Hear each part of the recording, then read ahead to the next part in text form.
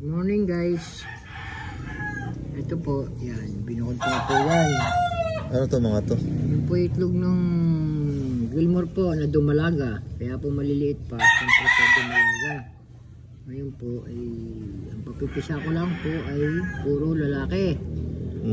Kasi po malakas pong kumain yung mga sisiu po. Pagka po napisaya, malalakas na pong kumain yan. Pero kung kukanin po natin ay puro lalaki, kahit gumasos ko po, wala po tayong problema. Kasi po mga babae, niluto lang po yan. Babawas po tayo ng itlog na bilog. Ito po mga babae po ito. Ah, okay. Eh, paano mo nasabing babae yan? Iba yung itsura ng tulis nila. Ito to. Tingin nga. Ah, ito, lalaki. Ito lalaki. Oh, ito, babae. Babae. Ah, okay. Yun lang, sa tulis lang? Tulis lang ang nagkaiba niyan. Bilog na maliit. Tsaka, ito mo yung sa haba baba. Oh. na malaki. Iba ang pagkatulis niya. Yan po yung lalaki. Ang pakita ka pa ng isa pa. Isang babae pa. Ito po yung babae. Oh. Ayan o. Timot, napaka-bilog po, maliit. Kasi yung lalaki. Ito yung lalaki. Kuha pa itlog dito.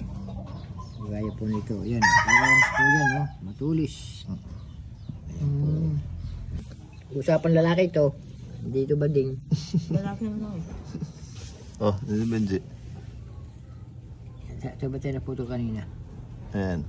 Ano yan? Ito guys, puro lalaki ito. Ay, Lalaki. nalahok na. So, hindi. Paano pag, kasi kung bago ako, parang nakakalito pa kung ito, patilos to. Parang lalaki din to. Ito, Puro babae ito. Yan. patilos din. So, paano ko malalaman kung lalaki babae yan, kung baguhan ako? Walang kwan yan. Kasi ito, minsan, itong mga ganitong babae, panluto na lang yan. Oo nga, paano malalaman kung babae siya? Ano yung may Bilog. description niya? Ayan, bilog oh. Bilog ba yan? Parang Oo. pahaba eh. Di ba? Ganyan lang talaga ang itlog. Iba yung matulis sa matulis, eh no, may kortis siya. Hirap mo nga sa akin. Kung ano. So, ganito yung mga barako. Mga lalaki to. Talaga mga patilis. Tingnan naman ito oh. Walang kwan. Maliit. Tsaka meron sila naka-all-box sa ilalim niya eh. Meron talagang Pakita mo ganun. nga itong ano, ito. Meron talagang gano'n. Yan ay Parang medyo tabingi. Medyo tabingi talaga. Oo, pero pag ito yung napisa ito, wala. Kung lang din, merong hindi man nalabas na pure lahat yung napipisa na maganda ang kuha. Meron din yung napipisa na meron medyo yung kung tuwagan sa sa tao yung bagang para siyang monggo, walang kulang sa utak, kulang sa hakuan. Pero what if ito walang similya yung isang itlog. Paano malalaman kung lalaki babae yun? Example ito. Kung Walang similya, di ba bilog pa rin siya o kaya patulis? Ito, kung may ugat, lalaki. May similya. Pero kung walang ugat siya, walang similya yun. Kaya yan, bago papisa yan, sa mga kwan, pipilihan ko pa lahat yan. Para siguradong may mapipisa. Kasi sayang naman. Ilang percent yung success rate ng pagpili mo? For example, 10 yung itlog. Mga lalaki lahat yun. So ilan dun talaga yun napipisa na lalaki? Sigurado, mga 8 piraso lang. So hindi talaga perfect. Minsan may mga babae pa rin. Oo, meron pa rin. Pero parang Pero mas mataas yung chance na lalaki siya. Parang gano'n. Kasi meron. So nagkakamali ka pa rin.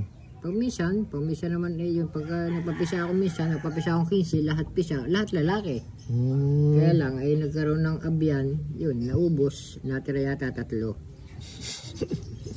Part ng farming eh. Ganun talaga. Napabayaan. Kasi wala ako, nagtrabaho ako sa ibang lugar eh.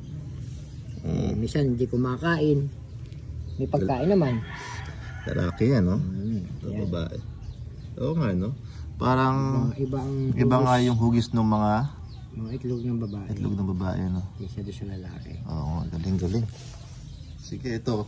Lutuin natin to, no? Pwede luto yan, walang problema. Ito lang yung hindi kasi nga paparamihin natin yung mga Texas natin.